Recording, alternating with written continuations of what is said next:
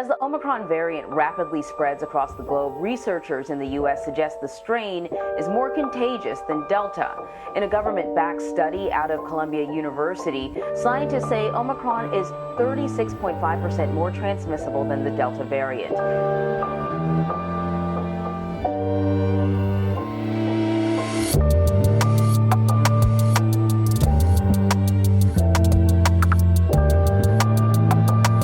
Welcome to the True Topics podcast sponsored by True Star Foundation. Hi, my name is Amaya and my Instagram is _Amaya Simone. Today we'll be talking about the new COVID variant and we have a special guest doctor to give us all the details. My name is Dr. Wendy McDonald, Wendy Goodall McDonald. I am an OBGYN in Chicago. Just got home from work, so if you hear children screaming in the background, everybody's okay. It's just how we roll in our house. You know, very much a proponent of vaccine protection and COVID-19 safety. And Omicron sound like the homie down the block a little bit, like somebody that, we all of us might know. But Omicron is this new variant that was recently detected or recently isolated in South Africa. And I use that verbiage intentionally because it has been detected in multiple countries, but the technology that is present in South Africa has been able to isolate and identify it. And so, I think it's important to be clear about that because the media will have you believe that it just popped up at first sight in South Africa, and we really don't know that. We don't know where it came from, but we know that they were able to identify it. Keeping ourselves safe from this virus, the thing about even this variant when it comes to COVID-19, the opportunity for this variant to become present in our world came from the inability of our world to equitably vaccinate people. Viruses are able to replicate and create new variants when they are set free in the wild. And if we were able to have less virus and more containment of the virus, we actually probably would not have this new variant. Definitely would not have this new variant. And South Africa in general as a continent has had one of the lowest vaccination rates because of access. Apparently, recently in South Africa, the whatever governing body ordered like 500,000 doses of Moderna vaccine at a premium price, I think $29 per vaccine, which is a higher price apparently than other countries have paid for it, and was not able to get those vaccines because other countries with higher bidding, and bidding I think in a political way, not financially, because again I told you that they were paying a higher price, but were able to kind of cut the line and get these vaccines before South Africa was able to get them. And we have yet to see the ability for countries to be able to mass produce and manufacture their own vaccinations. Big Pharma, Pfizer, Moderna, those companies have been able to kind of keep the monopoly on the production of the vaccines. So the different countries have been left a little bit high and dry when it comes to getting the vaccines. And I sound like a person who is anti a little bit right now, I'm sure, but I am kind of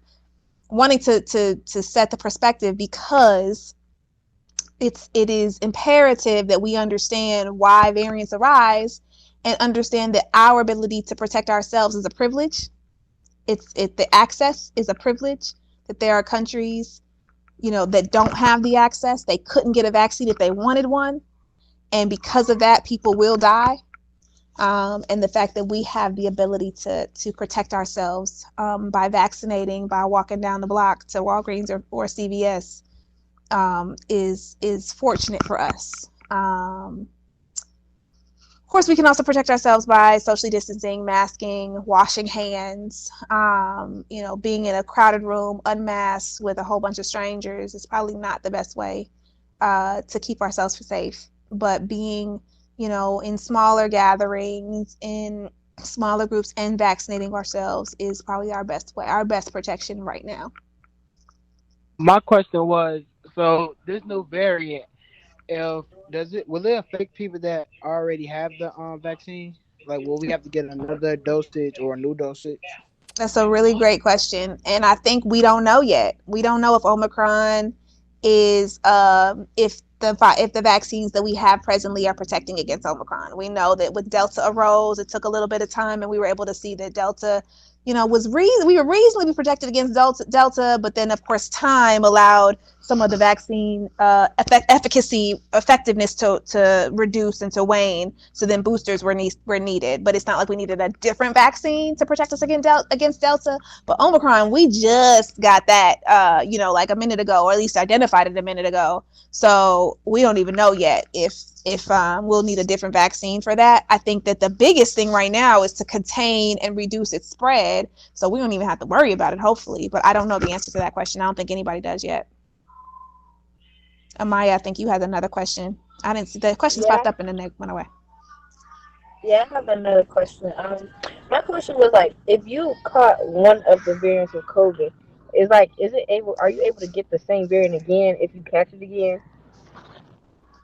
It's a really great question, and the only answer I have for you with that is that a person who has contracted COVID. Now, this came out of, there was a couple of studies, but the most recent one I want to say was out of Harvard. About maybe a month or two ago, I saw this. Was that a person who has contracted COVID-19 as a virus, not talking about the variants, but as a virus, was 5 times more likely to catch it again over somebody who has been vaccinated. So a person who has been vaccinated, who has had COVID versus a person who has just had COVID and not been vaccinated, the person who has not been vaccinated was 5 times more likely to be reinfected by COVID-19. Now, you talking about like if the person had Delta versus one of the original strains versus now Omicron, are you going to be able to now get Omicron if you got Delta? Are you able to get Delta if you had the original strain? I don't know that we know. I haven't seen that data, but I do know that being infected offers some protection, but that you are still susceptible to be reinfected significantly more so than if you were to be vaccinated. Is it like a level of the dangerousness of the different variants? Is it like the original strand is at the bottom and then the next strand? Or are they all just, they affect different parts of the body, but they all are respiratory viruses? They're not, so respiratory is not, none of them are only respiratory. And I think the issue with this virus, really probably from the get-go, from jump, was that you don't know how it's going to affect you as an individual, right? Like, yes, for a lot of people it causes respiratory illness, but for some people it causes heart issues. For some people it causes blood clots. For some people it causes like there's other things that it can cause, and things that people fatigue, chronic fatigue, muscle weakness, like it can hit you on all these different levels. And what I think, any one of the strains is able to do that. Any one of the strains is capable of kind of like figuring out where your weakest part of your body is. And I shouldn't say weakest part of the body, because that makes it sound like you could strengthen your heart and then it won't affect it. It's like, no, it's just really a sneaky conniving virus that will really just go and plague and prey on parts of our bodies, and you may not know. I'm sure we all know somebody who's gotten COVID who's like, oh, I just lost my taste for a minute, or I just, had a fever for a day and then I was fine. Then we all know people who either have passed away or who have been suffering still from severe illness or long haul syndrome. And what's the difference between person A and person B? We don't know. The virus is just like that, and it's really not a nice thing to encounter. But is Delta more likely to affect your heart versus the original strain? Is Omicron more likely? We don't know much about Omicron. I keep saying that, so I can't speak to that one. But Delta, to my knowledge, is not necessarily more likely to affect a particular part of your body, but it is a little bit more aggressive in general. And so when the Delta surges came, you saw more people starting to get sick and die, but you didn't necessarily see more vaccinated people getting sick and dying. You saw more people in general getting sick and dying. And you wonder if, and I don't know the answer to this question, but I wonder if there was just a level of people's abilities who maybe had gotten COVID before to get it again and be more likely to succumb to it as opposed to the first strain. But the vaccinated were not necessarily being more infected by the Delta strain. As to my knowledge, it was just that the Delta strain was spreading rapidly. It was much more transmissible. It was much more easy to catch. And that's what viruses do too. Viruses, the whole purpose of a virus is to live and to outsmart the thing that's trying to get rid of it. So, to be able to mutate and now pass more easily, more likely for a person to catch it from, to the next person than the original strain. That's the virus's goal. It was winning. It was winning there for a minute. So, that was the difference between the original strain and the Delta. It was much more easily passed and more aggressive, but not necessarily more likely to affect a particular organ. My question is, when COVID was first detected, were you guys prepared, or were you guys like, oh, this is not going to spread? So I remember, I remember when y'all president first announced, like, we don't own him, right? First announced that it was in California, and then it was like the first death, and I was like, man, we good, it's good. And then they were like, don't wear masks. I still remember that. I was like, yeah, they say don't wear masks. You'll be more likely to touch your face. You don't need a mask. And then next thing you know, they was calling us to pick up the kids from school, and it was like, shut it down. It was like, what on earth? So no, we were not prepared, not even a little bit.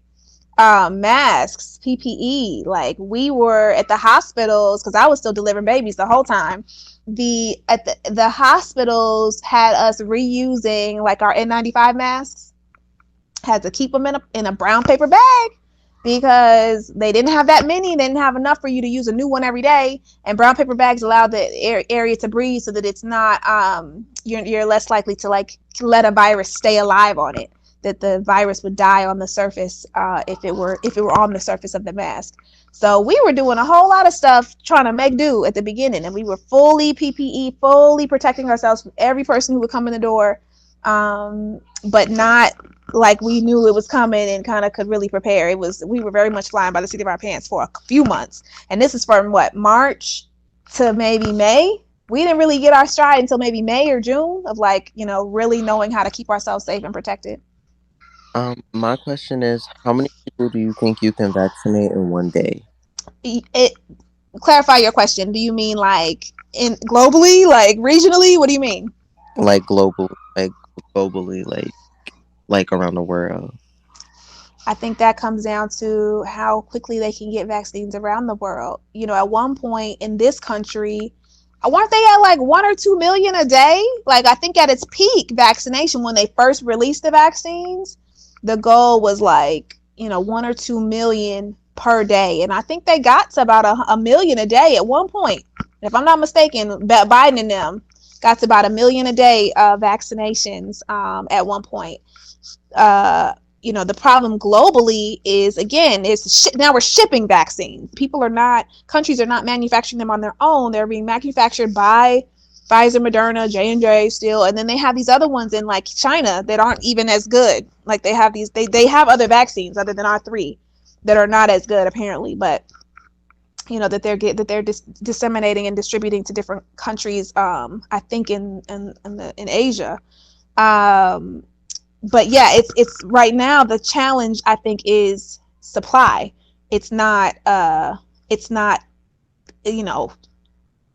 manpower. I don't believe. I'm sure that there could be a manpower issue of who can actually administer and how they can hold them, and the temperature. The Pfizer vaccine has to be held at some 0 degree, below 0 degree temperature.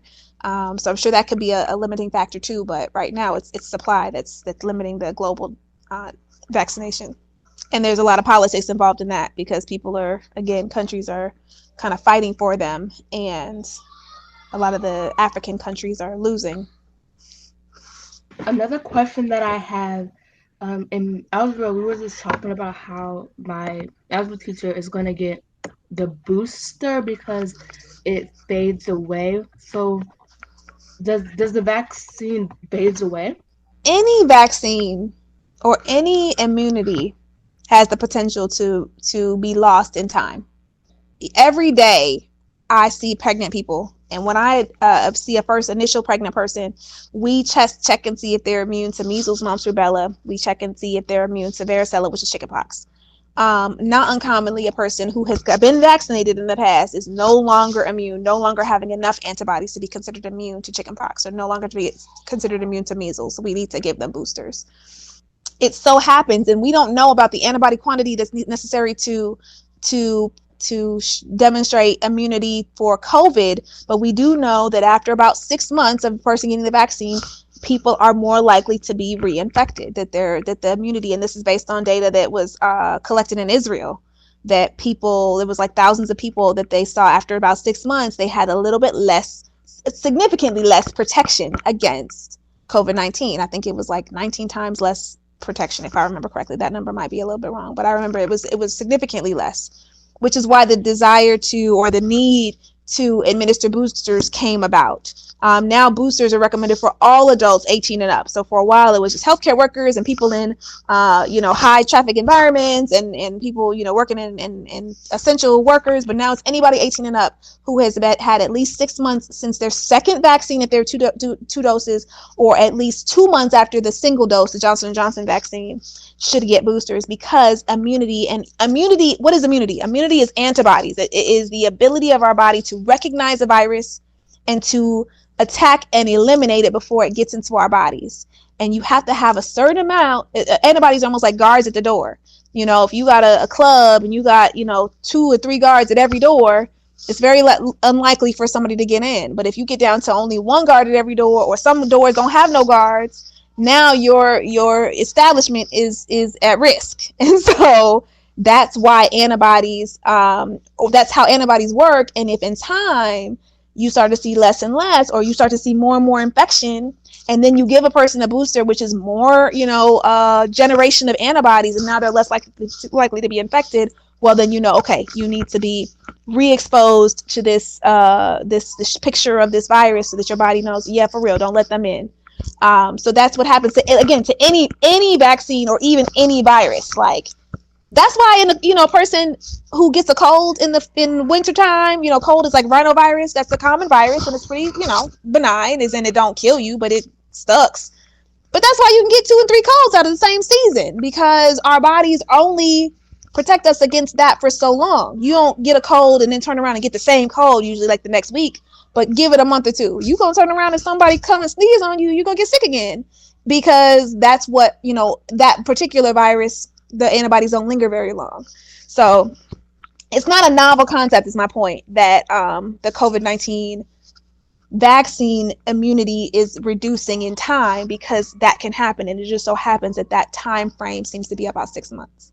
Now, does that mean we're going to need a new booster every 6 months? Hopefully not. Hopefully this last one is like generating even more antibodies, put more guards at the door, so that you're even less likely for people to get sick. Well, thank you, Miss Wendy, for your knowledge and talking with us today and giving us, some updates. Well, can the flu shot help at all? And then the second question, what's the difference between COVID and the flu? Because I know they said something like the flu is the COVID, but COVID isn't the flu, and I was confused by it. So your first question is, does the flu help at all? Actually, there are studies that show that flu vaccination does reduce your chances of it being affected. That flu vaccination does reduce your chances of being affected by COVID, or by being infected by COVID. So yes, flu is a level of protection that you can have.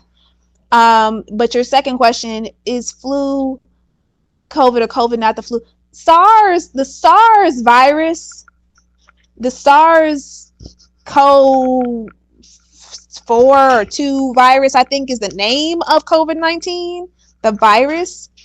Influenza, I don't believe, is a SARS virus, but there are other SARS viruses that are out there.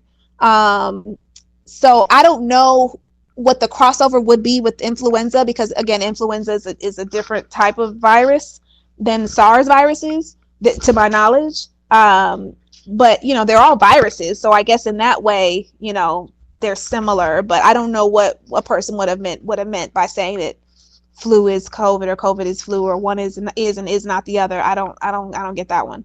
But flu, before we had the vaccine, there was a study, a pretty significant study, that demonstrated that people who were flu vaccinated were like 3 or 4 times less likely to be infected by COVID. So that before we had the vaccine, that was one thing that we could do to try to reduce our chances of being affected by COVID-19. Thanks for listening to the True Topics podcast sponsored by True Star Foundation. Make sure to follow us on Spotify and Instagram at true.chi and Twitter at truestar.life.